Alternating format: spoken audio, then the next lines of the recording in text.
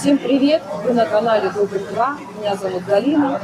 Сегодня я могу вас познакомить с человеком, с которым обещала познакомить, который может помочь вам в подборе недвижимости в Сербии, который имеет большой опыт в этом и также помогал нам 2 года назад.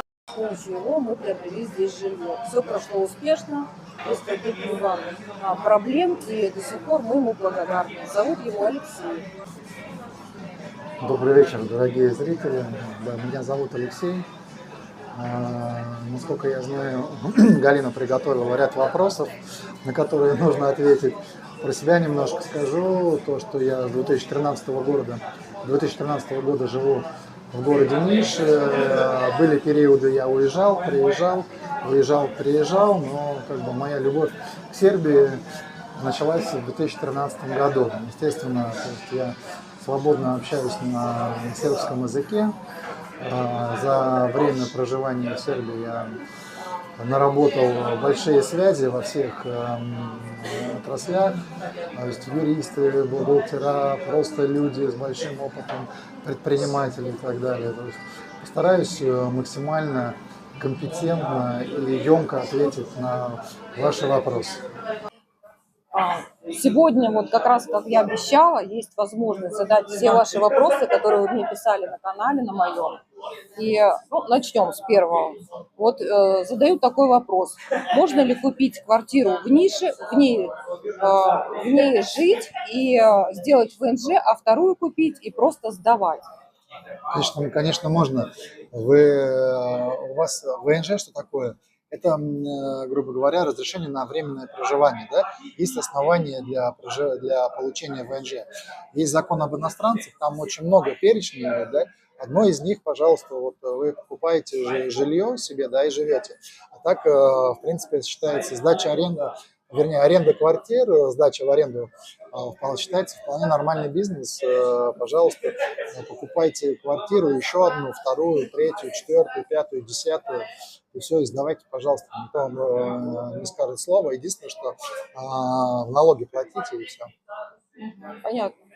Еще такой вопрос был, что если приобрести жилье, например, в Нише, его сдать, а жить в другом городе, например, в Белграде, там, где больше работы. Так возможно сделать? Ну, да, можно. Весь вопрос в том, что если вы хотите получить ВНЖ, да, на основании чего вы хотите? Если вы хотите получить ВНЖ на основании той квартиры, которая в Нише вы купите, да, и хотите получить ВНЖ и уехать в Белград, в теории это возможно, но на практике это не по закону.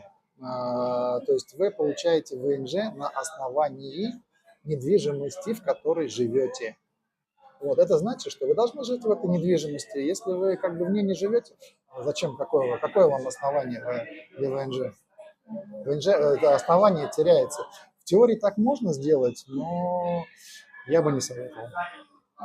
Ну, есть же другие варианты получения ВНЖ основания. Например, еще можно открыть ИП. Да, пожалуйста, если так, можно и ИП открыть, можно и волонтером устроиться, можно жениться или замуж выйти на худой конец. Все можно. Тоже вариант, почему нет? Если вы, например, да, там у вас ВНЖ на другом основании, что хотите делайте.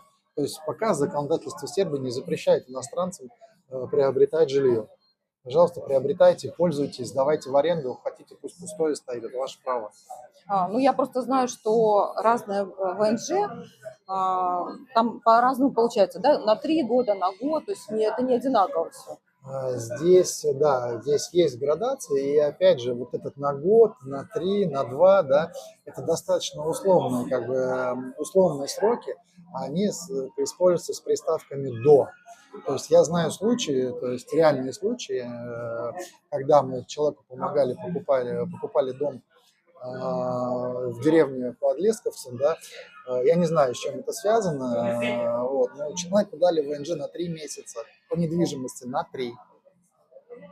А это как-то объясняют, почему или нет? Или просто могут так дать и все? Да. Здесь какая ситуация? Мы здесь иностранные граждане. Нам по закону, вернее, государство Сербии нам ничем не обязано. И оно каждый может, и каждый случай рассматривается индивидуально. Такие вещи зависят вплоть до настроения инспектора. Мгм. Интересно.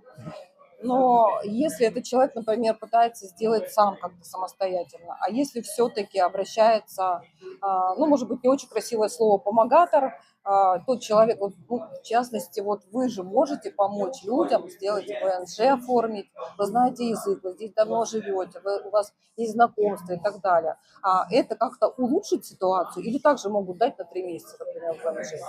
Смотрите, здесь на самом деле все равно здесь есть как бы разрыв принятия решения между теми людьми, которые принимают документы, да, естественно, те, кто документы принимают, опять же, 2 шага назад, то есть у нас буквально был недавно принят закон, вот, когда сейчас уже раньше, то есть документы на ВНЖ их относили руками. Мгм. Собирали такую пачечку документов и ножками шли в полицию и сдавали. Когда ты видел живого инспектора, да, он там тебе в глаза посмотрел, Мгм. естественно, когда ты там ходишь, там день через день туда в полицию, естественно, тебя уже знают, к тебе привыкают, кто-то улыбнется, кто-то еще как-то, да. А сейчас, то есть в основном принято сдавать онлайн. Мгм. И получается разрыв между тем, как ты сдаешь, и все. И те люди, которые, как бы, да, которые вы называете помогаторы, еще что-то, они как бы знают, надеюсь, что знают, если правильные люди, они просто собирают правильный пакет документов, то есть там без ошибок, без всего, полностью комплект, и уже просто знают, какие страховки, сколько денег, как эти деньги показать. У каждого города есть своя специфика. Потому что, например, у нас в Нише, да, подтверждение наличия денег наша полиция принимает в том, что, например, вы в обменнике поменяли евро, да, у вас есть, попросили, чтобы вам дали именной чек с фамилией, с номером паспорта, да, для низких инспекторов это подходит. А для инспекторов лесковца они вот упираются и все. Вот Мгм. принеси им выписку с банка. Мгм. И как ты пойдешь сам воевать с ним?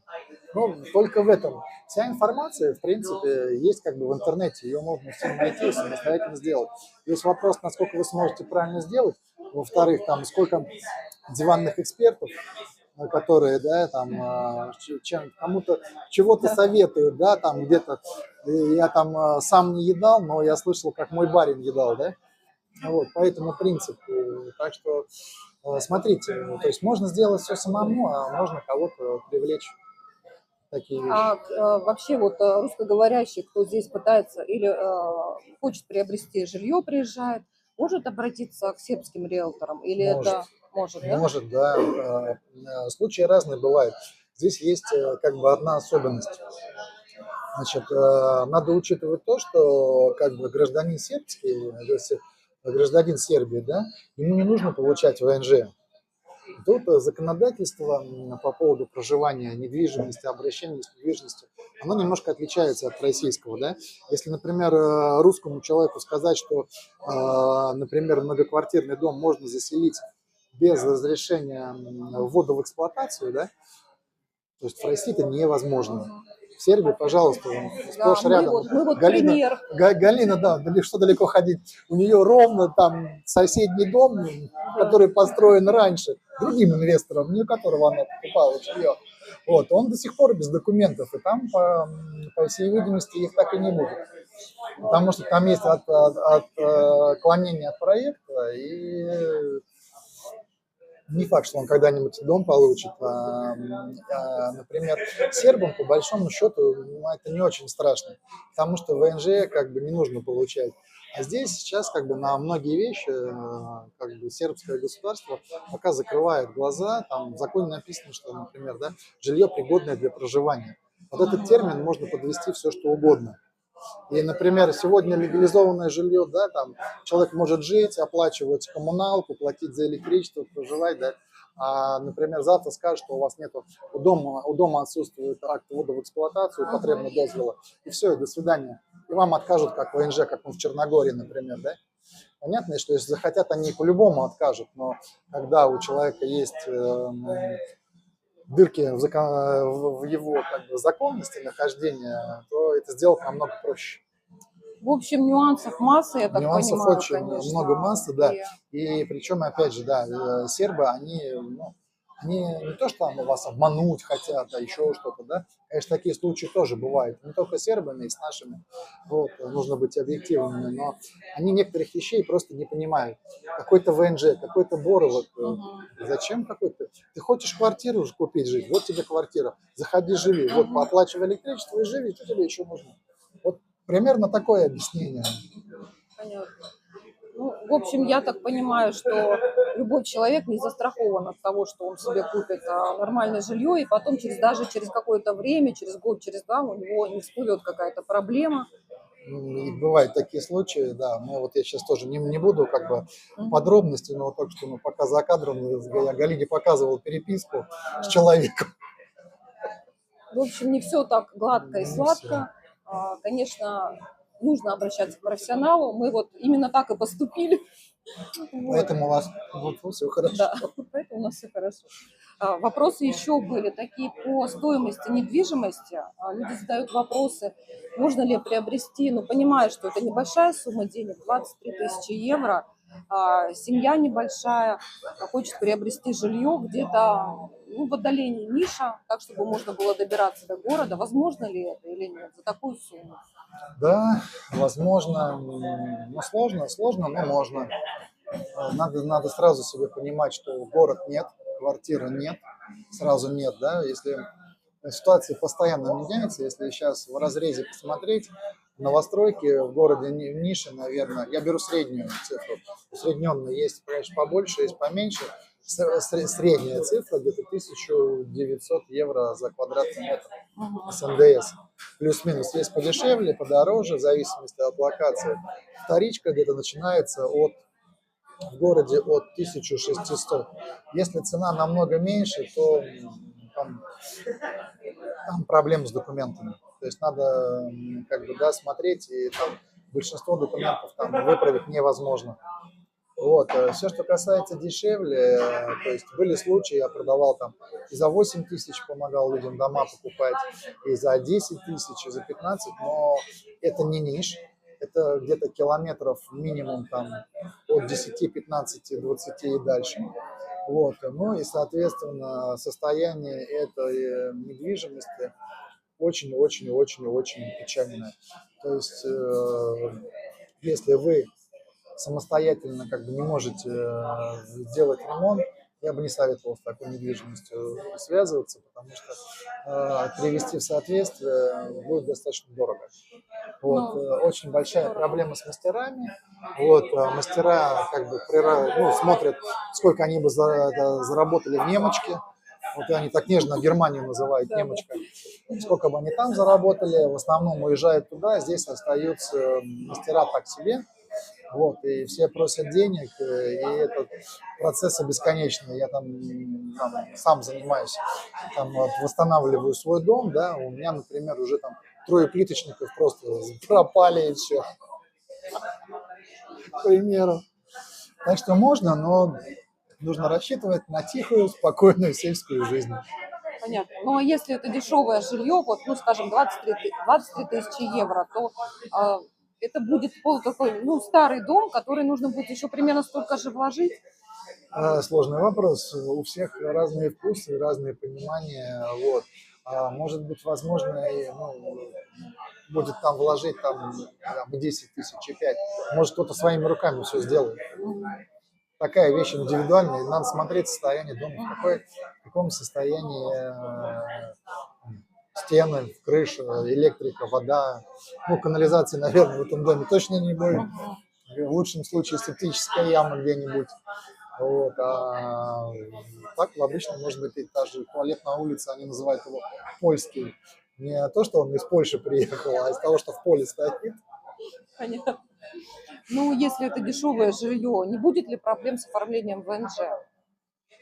Нет, Это никак не значит, сказывается. для оформления ВНЖ сейчас как бы не смотрят, но это моя личная рекомендация. Все-таки все документы должны быть нормально оформлены от начала до конца. Потому что это можно сделать и недооформленным, и я, да, помогал людям покупать недооформленное жилье, но я как бы людей очень четко как бы им предоставлял полную информацию, рассказывал, что конкретно они покупают, да, и какие проблемы, и какие подводные камни. Здесь первое – это то, чтобы было жилье с документами, и второй момент – в этом жилье необходимо жить. Опять же, Сербия большая, инспектора разные. Например, у нас в округе в Нише, да, 100% инспекторы приходят к каждому при оформлении ВНЖ, каждому приходят домой и проверяют условия жизни. Если, например, инспектор пришел, а там стоит дом без окон, без дверей, и там никого нет, естественно, минус. Если он даже вас там нашел, и он понимает, что вы там не живете, вот, тогда вопросы. Если, например, у нас вот были случаи, да, там дом люди покупали, там у него было разрешение на строительство, у него не было акта ввода в эксплуатацию, но он там был решаемый вопрос. Вот, людям тоже нужно было ВНЖ, дом был недостроен, ну, что сделали?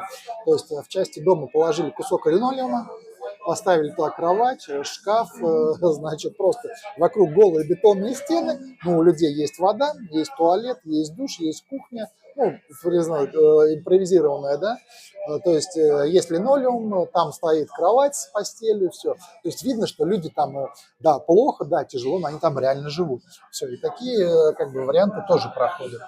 Ну, да. И, в принципе, если человек купил квартиру и там не живет, сделал ВНЖ, уехал куда-то в тот же Белград, например, то, в принципе, даже могут у соседей спросить, правильно? Проверяете Ну, там? по закону, да. Вы, на самом деле, по закону, если вы меняете адрес, я сейчас не буду врать, там есть какой-то не очень длинный срок, что вы должны заявить, пойти и перерегистрироваться. То есть, если вы этого не делаете, то есть вы уже в поле деятельности, там говорит то, что там, вот у меня знакомые так сделали, ничего не было, пожалуйста, делайте, что хотите. Но знайте, что вы выходите, делаете шаг за законное поле. Такие еще вопросы задают, как открытие счета. Сейчас Сербия, вроде бы все слышали, что уже не так просто его открыть, как это было раньше, но все-таки возможно еще его открыть или нет? Смотрите, здесь такого рода информация, она каждый день меняется. Каждый день меняется, и что сегодня было можно, а завтра уже может быть и не можно. На сегодняшний день еще относительно спокойно можно открыть счет в Паштанской штадионице. Немного сложнее, немного там прилично сложнее, но можно открыть в Альта-банке. Значит, есть в Белграде у нас одно отделение пока, то ли АИКом называется, то ли АПИ, вот такое созвучное название. Тоже можно открыть. В Райффайзене можно открыть, если у вас есть рабочий контракт с сербской фирмой, тоже можно открыть. ИП не пройдет. То есть варианты пока еще существуют? Пока как бы существуют, и есть схемы, да, перевода денег легальные, официальные из России в Сербию. Вот. Варианты такие, как с криптовалютами, со всеми делами, они как бы тоже есть, но в этом случае у вас получаются деньги здесь нелегальные, черные. Вот. Есть минимальные суммы, которые там ежемесячные, там, от 10 до 15 тысяч, в зависимости от банка евро. То есть где там особо не задают вопросы, но если как бы вы как бы хотите здесь жить, хотите нормально легализоваться, я никому не рекомендую играть в серые схемы.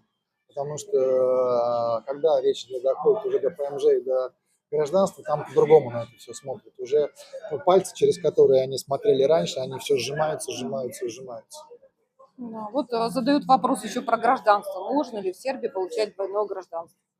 Значит, двойное гражданство получать можно, но не по всем основаниям. Не по всем основаниям. Я, к сожалению, точно закон не могу сейчас процитировать. Это можно посмотреть в законе. Так вот, навскидку знаю точно, что значит, если по браку идет, там допускается наличие двойного гражданства. И есть еще там статья за особые заслуги перед Отечественным, но это нам никому не светит. Не для простых смертных.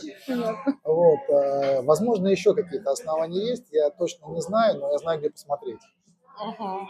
То есть в этом вопросе, если что, в теории, да, это возможно, но если, например, обыкновенное обоснование, там, которое там 99% используют там недвижимость, ИП, открытие фирмы там по этим основаниям нельзя. То есть от второго гражданства, от первого гражданства необходимо отказываться. Понятно. Люди, которые уже в России получают пенсию, если это переезжает семья, например, и везет своих пожилых родителей, то есть как решить вопрос с пенсией? Можно ли получать ее здесь, живя в Сербии? Опять же, я на этот вопрос точно ответить не смогу пошагово, но я знаю точно, что есть законный механизм, который позволяет официально получать российскую пенсию здесь, в Сербии. Я не знаю точно подробности и условия, которые нужны. Я знаю, что такие условия есть. Вот. Ну, а так, либо вы просто получаете на российскую карточку и там существующими еще доступными методами, да, как вы переводите ее сюда. То есть ничего не меняется, как вы получали пенсию, так и получаете на российскую карточку, и просто ее переводите, ну, Как-то. например, да, Да, как-то, например, как-то. корона Ну, и там так далее, Корона, Пэй, существуют там разные. сегодня, там, например, там в наших группах, телеграммах и всех прочих, там кто-то нам дал информацию, что опять возобновляются переводы с Тиньковского, с Тинькофф банка, СТ-банка к нам сюда, вот на Альта-банк. Там, правда, В курсы, Альта-банк? по-моему, в Альта. Я как бы не очень это отслеживаю, но отслеживаю. Понятно. И еще такой вопрос. Человек мне написал из Крыма. Есть ли какая-то разница, если человек переезжает из Крыма в Сербию, есть ли какая-то разница в его легализации или нет? Или все равно? Никакой разницы нет. Тут надо смотреть паспорт какой страны, потому что для граждан различных стран есть свои как бы, да, истории по легализации и по всему прочему. Вот, и все. А там в Крыму, там или не в Крыму, какая То есть разница. не имеет значения. Да, то зависит от цвета паспорта. Понятно.